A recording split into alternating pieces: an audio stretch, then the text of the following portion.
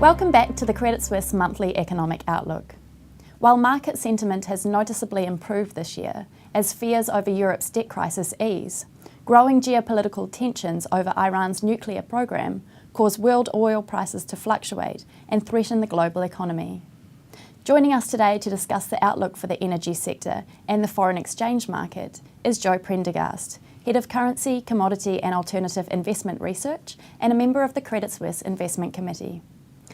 Joe, the situation in the Middle East has escalated this year. Could you talk us through the outlook for oil prices and the energy sector overall? The outlook for oil is still relatively positive. It's quite well underpinned by the fact that the global economy is back in an upswing and growing again. There is, of course, a big risk premium in the price potentially for the situation in the Middle East. And if that was to deteriorate, you could see a substantial spike in oil prices. So I think that the bias is certainly a little bit on the upside for oil. It should be relatively well underpinned. This risk, in fact, is one of the more prominent risks we discussed at the Global Economics and Strategy Group meeting this week. Of all those factors troubling markets right now, a spike in the oil price would really be the most unwelcome one at this time. For energy more broadly, I think the outlook is a little more mixed. Particularly, we know in the US there's a very plentiful supply of gas. Prices are under a lot of pressure for that reason. That's good for the US and the US economy, but of course that supply situation may not change very much in the near term, and as a consequence, probably the outlook overall is a little bit more mixed. Does this present a threat to financial markets more broadly? I think if we saw a significant spike in the oil price, this really would be a significant threat. The oil price, of course, would have a detrimental impact on growth if it were to rise too rapidly. The current situation, however, where oil prices are not so different from the kind of averages they've been trading at the last 6 months, and in the US, the price of gasoline, it may be hitting $4 again now, but of course we've been there once before and it's less of a shock this time around. We don't think it will materially change the outlook at current levels. A spike, however, would be a different matter. Is there a correlation between oil prices and currencies? I think there are several correlations between oil prices and currencies. One, of course, is the dollar directly. When the dollar rises or falls, it changes the price of dollar commodities quite a lot. The other one is really the oil-producing countries where a higher oil price has a very positive effect. The likes of Mexico, for example, may benefit from a higher oil price in that sense. More broadly, if oil prices threaten the global economy, then of course we might get into a situation where the correlation becomes very strong and the dollar rises very substantially alongside an initially higher oil price. Then those correlations could shift substantially. So it's a very complex group of correlations, but one that is highly relevant for the current situation. Speaking of currencies, according to recent Credit Suisse data, many emerging market currencies are currently undervalued.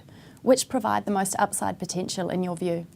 Well, I think yes, many emerging market currencies do appear relatively cheap. We have to remember that they've gone up a lot, of course, in the recent year, but still, in the longer term perspective, many of them are very good on the external surplus side, fiscally, and you can see their valuations are certainly not expensive. I think that's probably still particularly the case for Asia, where although, again, you've seen a lot of appreciation, the structural case for further appreciation, I think, is very much there. And there's many currencies in the Asian region that we would have a preference for at the moment.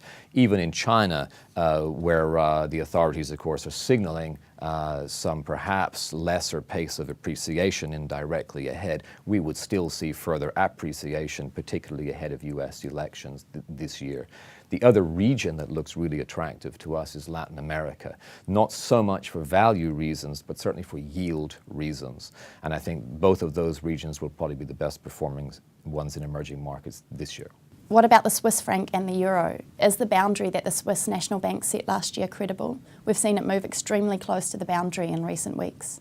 We have, really very close, and we would start by saying we really believe this boundary is credible. The Swiss National Bank has all the tools it requires to hold this boundary, and their commitment to that is absolutely clear.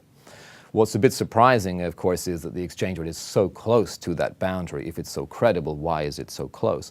And I think this can be explained by the fact that interest rate differentials between the euro and the Swiss franc have really become compressed. So there's really no interest rate advantage in being in euro rather than Swiss franc at this point in time. And that limits the upside potential away from the boundary.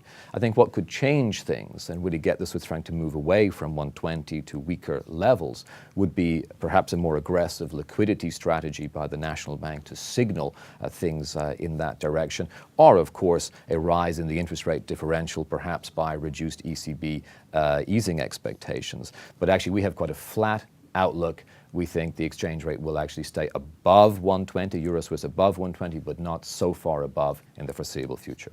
Summing up, where do you see opportunities for investors now and where do the risks lie? Well, we really think that despite the enormous amount of volatility we've had just in the past week even, that in equity and particularly in credit, we think there are still very big opportunities here. We shouldn't forget that markets, of course, have rallied really substantially in the last 6 months. We are seeing some correction from that. That is grounded in several different risk factors, none of which we particularly, and perhaps the only one to really worry about would be the big spike in oil in our view, but none of these risk factors we really think will be definitive in terms of changing the outlook. We have a tremendous amount of liquidity in the system. Much of that has really to come back to investors, for example, through maturing European bank bonds. Now that the ECB has provided financing, there will be quite a lot of liquidity we still think coming into the market, and we think that's going to provide a lot of support for credit particularly, but also equity markets in this year. So we stay strategically positive on both. Thanks, Joe. That was Joe Prendergast, Head of Currency, Commodity and Alternative Investment Research at Credit Suisse. For more information, visit the website.